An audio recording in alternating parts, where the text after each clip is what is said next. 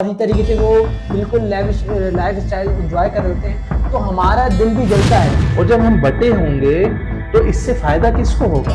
اس سے فائدہ انہی لوگوں کو ہوگا اللہ اور اللہ کے رسول کے بتائے ہوئے طریقے کے مطابق کی جائے گی. مگر المیہ یہ ہے کہ یہ خود سیاسی جماعتیں جو ہیں اس کی پابند نہیں. سائبر ایکٹ کے تحت حق کی آواز کو بلند کرنے کے لیے صحافیوں پہ بھی قدغن لگائی گئی اور اپوزیشن پارٹیوں پہ بھی قدغن لگائی گئی. السلام علیکم ناظرین، میں ہوں آپ کا میزبان محمد سعد. آپ دیکھ رہے ہیں جسارت نیوز.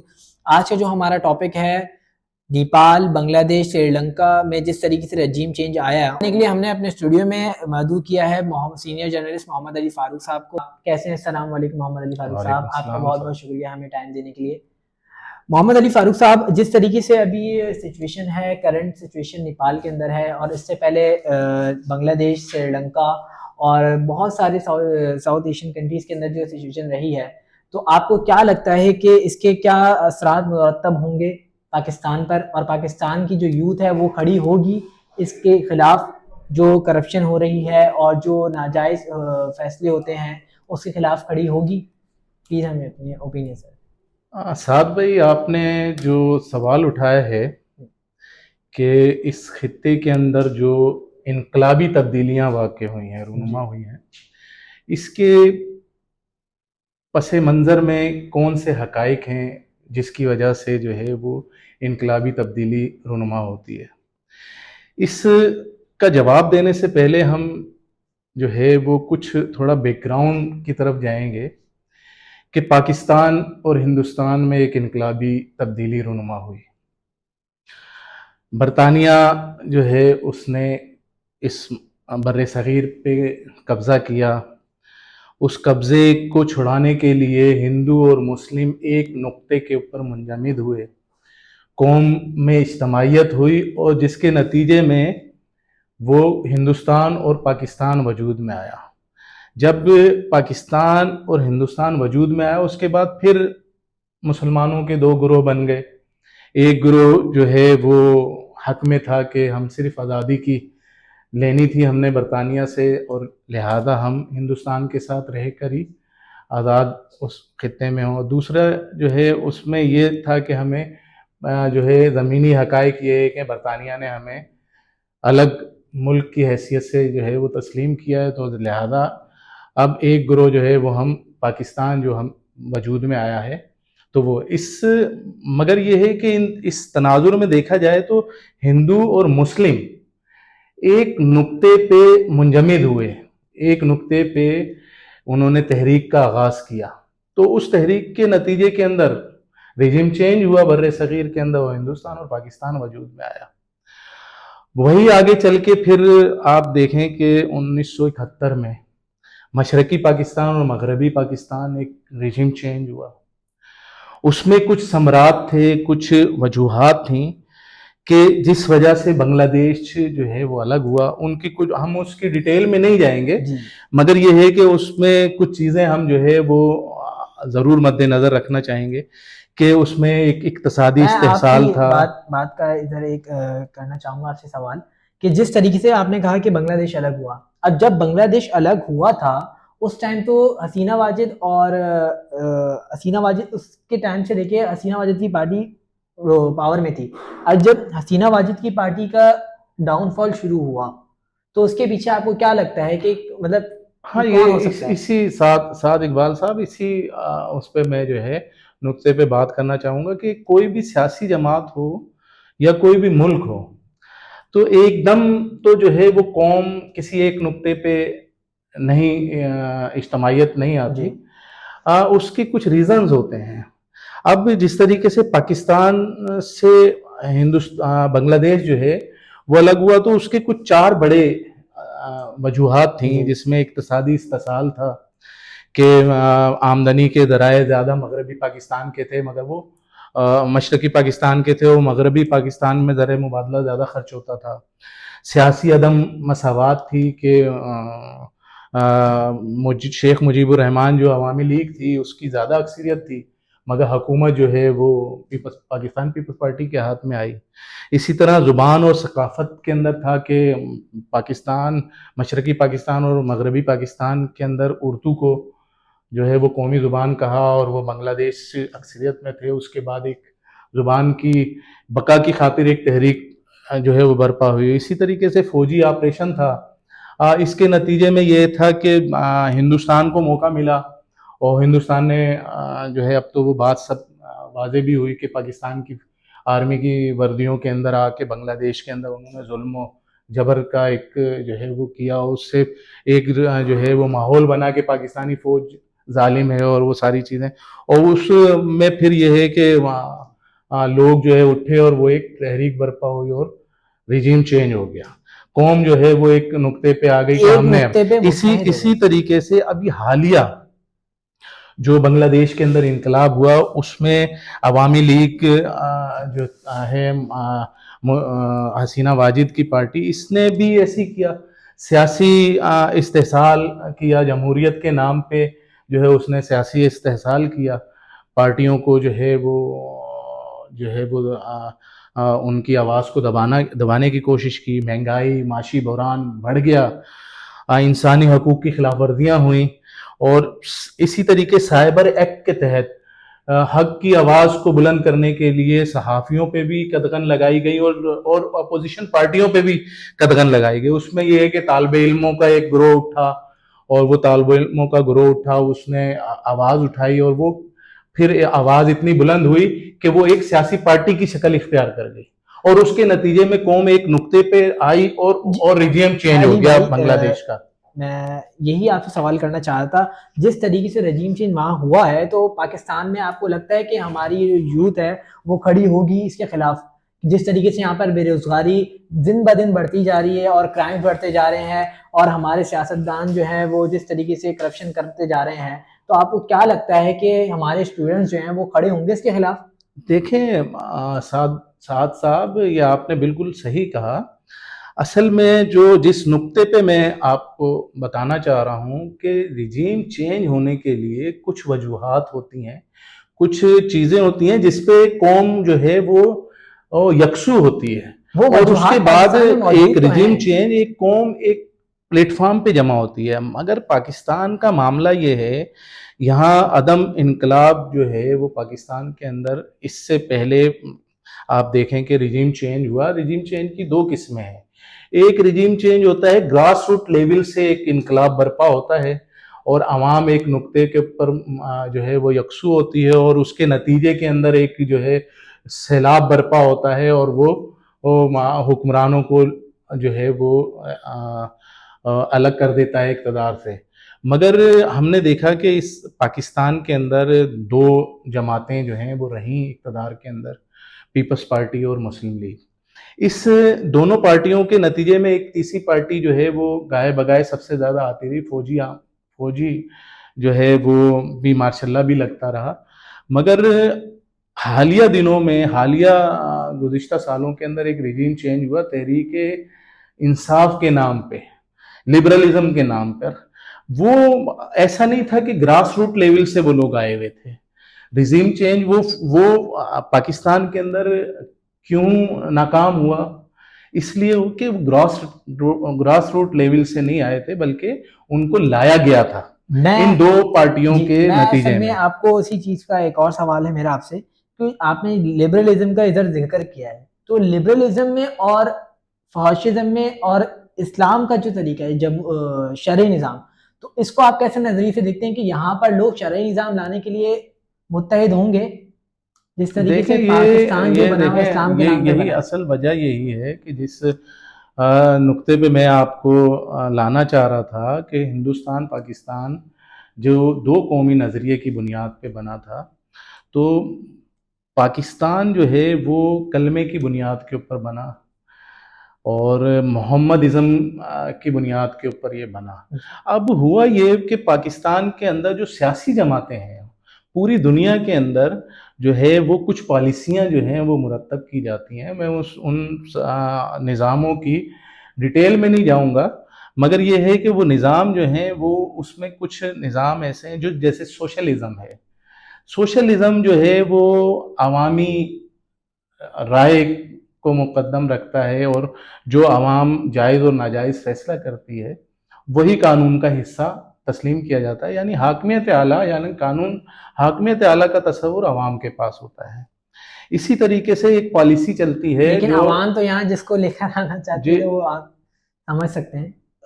جی اسی طریقے سے کیپٹلزم ہوتا ہے، جی کیپٹلزم کے اندر سرمایہ دار نظام ہوتا ہے، سرمایہ داری نظام جو ہے اس میں جو دولت مند ہوتا ہے وہ پالیسی بناتا ہے، اور ہم جو ہے وہ ہم سے سوال، ہماری قانون وہ بنا سکتا ہے، ہم اس کے قانون یا ہم اس کے پالیسی میں مداخلت نہیں کر سکتے۔ اسی طریقے سے لبرلزم ہوتا ہے، لبرلزم کے اندر یہ ہوتا ہے کہ آپ ہندو ہیں، مسلم ہیں، جو بھی ہیں، آپ اپنے مذہب کے اندر رہتے ہوئے خواہشات نفس کی بنیاد پہ آپ جو ہے کچھ چیزیں رائج کر دیں، اور کچھ چیزیں آپ جو آپ کے نفس کو، آپ کی خواہش کے مطابق نہیں ہے، انٹرنیشنل بین الاقوامی سطح پہ جو ہے وہ آپ کو مناسب ہے، اس کو آپ پس پشت ڈال دیں، اور کچھ چیزیں جو ہیں وہ اس کو آپ لاگو کر دیں، تو اس کو لبرلزم کہتے ہیں۔ تو مگر یہ ہے کہ جب ملک ایک دوسرے سے جو ہے وہ مذاکرات کرتے ہیں تو وہ ریئل ازم کے اوپر کی بنیاد پہ کرتے ہیں، مفادات کی بنیاد کے اوپر جو ہے وہ ان سے جو ہے وہ ڈیلنگ ہوتی ہے، جیسے سفارتی معاملات جتنے بھی ہیں وہ ریئلزم پہ چلتے ہیں۔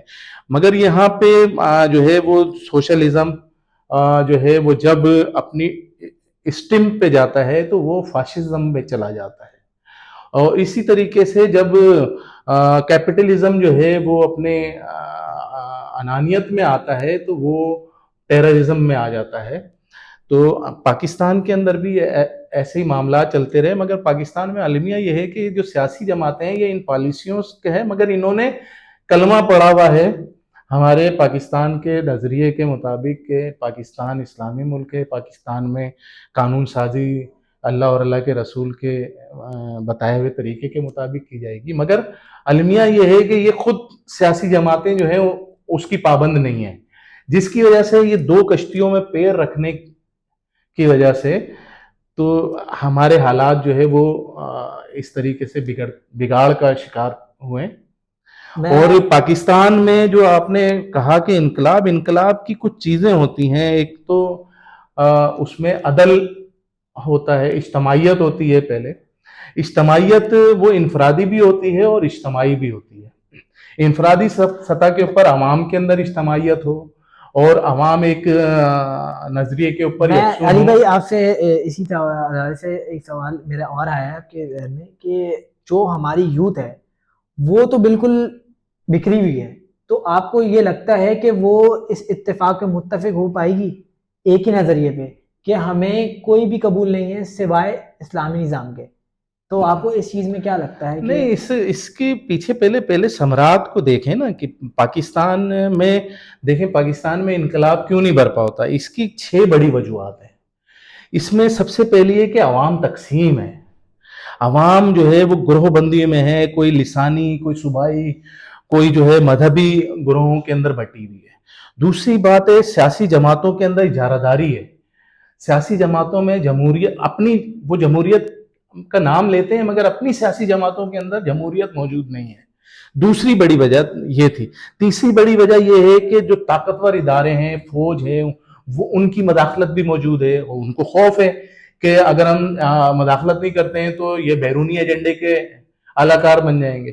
تو وہ جو طاقتور ریاستی ادارے ہیں وہ فیصلہ کرتے ہیں، ان کے پاس فیصلے کے اختیارات ہیں، وہ سیاسی جماعتیں اس کے آگے سرنڈر ہو جاتی ہیں مفادات کے خاطر۔ اسی طریقے سے خوف اور عدم استحکام ہے، عام آدمی ڈرتا ہے کہ اور مہنگائی ہو جائے گی، بے روزگاری ہو جائے گی، بجلی ہے، پانی ہے، بے روزگاری ہے، ان ساری چیزیں۔ معاشی انحصار جو ہے ہمارا وہ اپنی برآمدات پہ نہیں ہے، بلکہ معاشی انحصار ہمارا IMF کے اوپر ہے کہ ہمیں وہاں سے قرضے مل جائیں گے تو ہم جو ہے وہ سروائیو کریں گے۔ اسی طریقے سے چھٹا جو ہے وہ ہماری نوجوان جو طبقہ ہے وہ بے شک 60% ہے اس ملک کے اندر، مگر وہ 60% بکھرا ہوا ہے، متحد نہیں ہے۔ اور وہ متحد اس لیے نہیں ہے کہ متحد ہونے کے لیے نظریے کے اوپر جو ہے وہ یکسو ہونا پڑتا ہے، اور وہ نظریہ کے اوپر اس لیے یکسو نہیں ہے ہم کہ ہماری لسانی، صوبائی، مذہبی گروہوں کے اندر ہم بٹے میں ہیں۔ ہمارے کچھ افسوس سے کہنا پڑتا ہے کہ مذہبی جماعتیں جو ہیں وہ بھی کچھ جماعتیں ایسی ہیں جو مفاد پرست ہیں، کچھ جو ہے وہ مذہبی جو طبقہ ہے وہ فرقہ واریت کے اندر بٹا ہوا ہے کہ وہ ایک دوسرے کو مسلمان ہی نہیں سمجھتے. پھر یہ ہے کہ وہ جب اس طریقے سے مذہب کے نام پر ہی ہم متفق نہیں ہیں اور گروہ بندی کا اور فرقہ واریت کا شکار ہیں، تو پھر مجھے نہیں لگتا کہ وہ جو ہے اس ملک کے اندر جو ہے وہ جو ہے انقلاب یا کوئی ریجیم چینج ہو سکتا ہے. ریجیم چینج ہونے کے لیے ہمیں انفرادی اور اجتماعی عدل کرنا پڑتا ہے، عدل کے ساتھ احسان اور اس کے ساتھ ایثار، یعنی انفرادی بھی عدل، احسان اور ایثار اگر موجود ہوگا، انفرادی بھی اور ریاستی طور پہ بھی، اجتماعی طور پہ، تب یہ ہے کہ انقلاب کی راہیں جو ہیں وہ ہموار ہو سکتی ہیں. باقی تو میں نہیں سمجھتا ہوں کہ یہ ہم جو ہے وہ فلاحی مملکت یا فلاحی ریاست بنا سکتے ہیں اس ملک کو. علی بھائی لیکن ابھی جو ہے نا یوتھ کا سب سے بڑا مسئلہ ہے کہ نہ یہاں پہ جابز ہیں، اس کے علاوہ بے روزگاری کے علاوہ اور بہت سارے مسائل ہیں. جس طریقے سے نہ روڈ ہیں کہ روڈ بندہ، آپ دیکھتے ہوں گے روڈوں کی کیا حالت ہے، سندھ گورنمنٹ کس طریقے سے کام کر رہی ہے. اور یونیورسٹیز میں جاتے ہیں جو یونیورسٹیز کی فیس ہیں، فیسز اتنی ہائی ہو گئی تو نوجوان تو ایجوکیشن نہیں حاصل کر سکتا، تو وہ آخر کرے کیا؟ نہیں، آپ کی بات صحیح ہے. دیکھیں سوشل میڈیا پہ تو لوگ آواز بہت بلند کرتے ہیں، مگر معاملہ یہ ہے پاکستان میں کہ عملی میدان میں کوئی مربوط قیادت سامنے نہیں ہے. کوئی مربوط قیادت سامنے ہو جس کو ہم ماڈل بنا سکیں اور ہم اس کے پیچھے کھڑے ہو جائیں، نوجوان قیادت اس کے پیچھے کھڑی ہو جائے. مگر نوجوان قیادت سوشل میڈیا پہ تو آواز اٹھا رہی ہے، اٹھتی بھی ہیں ساری چیزیں، مگر عملی طور کے اوپر ہمیں کوئی ایسی قیادت میسر نہیں آتی جو ہے وہ عملی طور پہ ہم جب گراؤنڈ کے اوپر دیکھتے ہیں زمینی حقائق یہ ہیں تو وہ زمینی حقائق ہم فرقہ واریت میں بٹے ہوئے ہیں، ہم لسانیت میں بٹے ہوئے ہیں، ہم صوبائیت میں بٹے ہوئے ہیں. تو ہم کس طریقے سے جو ہے وہ یکسو ہوں اور ایک ریجیم چینج کریں. لیکن علی بھائی جس طریقے سے میں دیکھتا ہوں کہ سری لنکا میں بھی لوگ پہلے نکلے، سوشل میڈیا پہ آواز بلند ہوئی، بہت ہوئی، اور لوگ وہاں بھی بٹے ہوئے تھے پارٹیوں میں اور لسانیت میں، بہت ساری فرقہ واریت میں بھی بٹے ہوئے تھے. اس طریقے سے پھر سری لنکا کے علاوہ پھر بنگلہ دیش میں بھی یہ حال تھا. تو بنگلہ دیش میں بھی یہ حال تھا. پھر نیپال کا آپ کے سامنے کہ نیپال کی کرنٹ کیا سچویشن ہے، وہاں بھی لوگ اسی طریقے سے جو ہے بٹے ہوئے تھے لسانیت میں اور فرقہ واریت میں. تو ہمیں یہ لگتا ہے کہ پاکستانی جو یوتھ ہے وہ اس کو تھوڑی بہت سمجھ آ رہی ہے کہ وہ آنے والے آئندہ وقتوں میں اس رجیم چینج کو پاکستان میں نافذ کرے گی اور پاکستان میں اسلامی نظام کی کوشش کرے گی. دیکھیں وہاں پہ جو معاملہ تھا نا، وہاں پہ سوشلزم تھا، اس کے بعد وہ سوشلزم نیپوازم پہ چلا گیا. نیپوازم میں یہ ہوتا ہے کہ سیاسی جماعتیں جو ہیں وہ ان کے اندر جمہوریت ختم ہو جاتی ہے اور وہ اسی پہ قابض ہو جاتی ہیں اس میں، اور وہ جو ہے سارے وسائل کو اپنے قبضے میں لینا چاہتی ہیں. اب نیپوازم کی ایک حد تک جو ہے صورتحال پاکستان میں بھی ہے کہ پاکستان وہاں بھی اسی طریقے سے ہوا، خاندانوں کی اجارہ ہو گئی سیاسی جماعتوں کے اندر. اس میں پھر ایک طبقہ، وہی اسٹوڈنٹ کا طبقہ اٹھا اور اس نے جو ہے آواز بلند کی، اور وہ جو ہے اس کے نتیجے کے اندر وہاں بھی یہ صورتحال تھی کیونکہ وہاں کے بالکل سیم صورتحال ہے. پاکستان، بنگلہ دیش چھوڑ کے جا رہے ہیں باہر اپارچونیٹیز کے لیے، اور اپنے ملک کو چھوڑنا تو یہ تو میں نہیں سمجھتا کہ نوجوان نسل کے لیے بہت اچھی بات ہے. ظاہر سی بات ہے پہلے بندہ کوشش کرتا ہے اپنے ملک کے اندر، لیکن جب یہاں پر یہ کرپٹ نظام ہے اور یہاں پر جو ہے منسٹرز کے بچے باہر پڑھنے جاتے ہیں اور اسی طریقے سے وہ بالکل لائف اسٹائل انجوائے کر رہے ہوتے ہیں، تو ہمارا دل بھی جلتا ہے کہ ہماری جو آمدن ہے اس کا فائدہ کوئی اور اٹھا رہا ہے. ہم لوگ کام کریں، ہم محنت کریں، لیکن اس کا فائدہ کوئی اور اٹھائے. دیکھیں سب سے پہلے تو جو ہے نا اس چیز کے اوپر اس قوم کو اور جو ہے ایک قیادت جو ہے اس کے پیچھے آنا ہوگا، ایک واضح ایجنڈا دینا ہوگا جو لسانیت، صوبائیت اور جو ہے فرقہ واریت سے بالا تر ہو کے ہو. وہ اس پہ پھر اس میں ایسی قیادت بھی ہو جس کی عملی مظاہرہ بھی کرتی ہو کہ وہ واقعی وہ فرقہ واریت سے بالا تر ہے، وہ واقعی صوبائیت اور لسانیت سے بالا تر ہے. پھر اس کے پیچھے عوام جو ہے وہ ایک مضبوط نظریہ بھی رکھتی ہو. اب جیسے نیپال ہے، نیپال میں جو ہے وہ انقلاب جب برپا ہوا، آزادی رائے کے اوپر قدغن لگائی گئی اور نیپوٹزم وہاں پہ جو ہے وہ موجود تھا، تو اس پہ پھر طالب علم جو ہیں وہ کھڑے ہوئے اور انقلاب برپا ہوا. ہاں، مگر وہ ایک قیادت کے پیچھے کھڑے ہوئے. اب میں آپ کو پہلے بھی میں نے آپ سے یہ ذکر کیا کہ پاکستان کا المیہ یہ ہے کہ ہم بہت سارے چیزوں میں بٹے ہوئے ہیں، اور جب ہم بٹے ہوں گے تو اس سے فائدہ کس کو ہوگا؟ اس سے فائدہ انہی لوگوں کو ہوگا جو حکومت کے مزے لے رہے ہیں. اور پھر ہوگا یہ کہ جب ہماری نوجوان طبقے کو نظر آئے گا کہ پاکستان کے اندر کوئی جو ہے وہ عدل نہیں ہے، انصاف نہیں ہے، لا قانونیت ہے، کرپشن ہے، تو یہاں ہماری آواز کوئی سننے والا نہیں ہے، اور یہاں آپ بولتے رہے، احتجاج کرتے رہے، آپ ہی کو ڈنڈے پڑیں گے. آپ کو اس کے رزلٹ میں کوئی جو ہے نتیجہ سامنے نہیں آئے گا، تو نوجوان نسل کیا کرے گی؟ اپنے پیٹ کو پالنے کے لیے، اپنے خاندان کو پالنے کے لیے وہ باہر نکلے گی. بالکل، وہ پاکستان کو چھوڑے گی، دوسری جگہ چلی جائے گی. تو معاملہ یہ آپ نے یہ کہا کہ کوئی ایسا معاملہ ہو جائے یہاں پہ، تو میں یہ سمجھتا ہوں کہ سب سے پہلے تو متفق ہونا پڑے گا. پاکستان کے اندر جس طریقے سے پاکستان کا نظریہ ہے، پوری دنیا میں پاکستان کا آئین وہ واحد آئین ہے جو ہے وہ اسلامی لحاظ سے آپ کو نہیں روکتا کہ آپ اسلام نافذ نہ کریں معاشرے پہ. آپ کو اسلام نافذ کرنے کے لیے پاکستان 1973 کا آئین نہیں منع کرتا، مگر المیہ یہ ہے کہ اس کو نافذ کرنے والے جو لوگ ہیں وہ نافذ نہیں کرنا چاہتے. ان کی اپنی سیاسی جماعتوں کے اندر سوشلزم اور کیپٹلزم کی اجاراداری ہے، لبرلزم کی اجاراداری ہے، تو وہ خود اس کو نافذ نہیں کرنا چاہتے. جب پاکستان کا 73 کا آئین یہ کہتا ہے کہ کلمے کی بنیاد کے اوپر، کلمے کی پہلا پورشن اور کلمے کا دوسرا پورشن جو ہے اس کی بنیاد کے اوپر آپ مسلمان ہیں، آپ اس ملک کے اندر الیکشن لڑنے کے قابل ہیں. اگر آپ پہلے پورشن کی تشریح کے مطابق عملی طور پہ آپ نہیں آتے تو آپ جو ہے الیکشن لڑ سکتے ہیں، مگر اقلیت میں لڑ سکتے ہیں. اگر آپ دوسرے پورشن کے اس میں نہیں آتے، تشریح کے اندر عملی طور پہ آپ نہیں آتے، تو آپ الیکشن لڑ سکتے ہیں، آپ کو پابندی نہیں ہے، مگر آپ اقلیت کے اندر لڑیں گے. مسئلہ یہ ہے کہ یہ جو لوگ ہیں جو نہ پہلے پورشن کے اوپر پورے آتے ہیں اور نہ دوسرے پورشن پہ پورے آتے ہیں، مگر انہوں نے اپنے اوپر اسلام کا لبادہ اوڑھ کے قوم کو گمراہ کر رہے ہیں، اور یہ عملی طور پہ اس چیز کے اوپر جو ہے وہ یکسو نہیں ہے کہ یہ اسلام نافذ کریں. علی بھائی، جب تک اسلام نافذ نہیں کریں گے، اپنے آئین کی اجارہ داری کو آپ مقدم نہیں رکھیں گے، آئین کے اوپر پورا نہیں اتریں گے، تو میں نہیں سمجھتا کہ کوئی ریجم چینج ہو سکتا ہے. علی بھائی بس آخری یہ کچھ سوالات ہیں. جیسے بنگلہ دیش کے اندر ابھی کرنٹ جو سچویشن ہے اس میں یوتھ جو ہے وہ پارلیمنٹ کے اندر حصہ لے رہی ہے اور سیاست میں انوالو ہو رہی ہے، اپنا انٹرسٹ دکھا رہی ہے. اس طریقے سے آپ کچھ یوتھ کو کہنا چاہیں گے کہ وہ اپنا انٹرسٹ دکھائے؟ نہیں، دیکھیں وہاں ایک جو تبدیلی رونما ہوئی ہے اس کا ایک جماعت اسلامی ہے وہاں پہ، بیسک جو جماعت اسلامی ہے، جماعت اسلامی سے کی بات، جماعت اسلامی ایک مضبوط نظریہ رکھتی ہے انقلاب کے حوالے سے، مگر مسئلہ یہ ہے کہ اس فرقہ واریت کے حوالے سے وہ اس پہ ایسی سٹمپ لگا دی گئی ہے، جبکہ وہ فرقہ واریت، جماعت اسلامی فرقہ واریت سیاسی تنظیم نہیں ہے یا نہ مذہبی تنظیم ہے، مگر یہ ہے کہ ہم بٹے ہوئے ہیں. لہذا اب میں اگر آپ کو صحیح کہوں گا تو پھر مجھے تو اپنے موقف سے ہٹنا پڑے گا نا.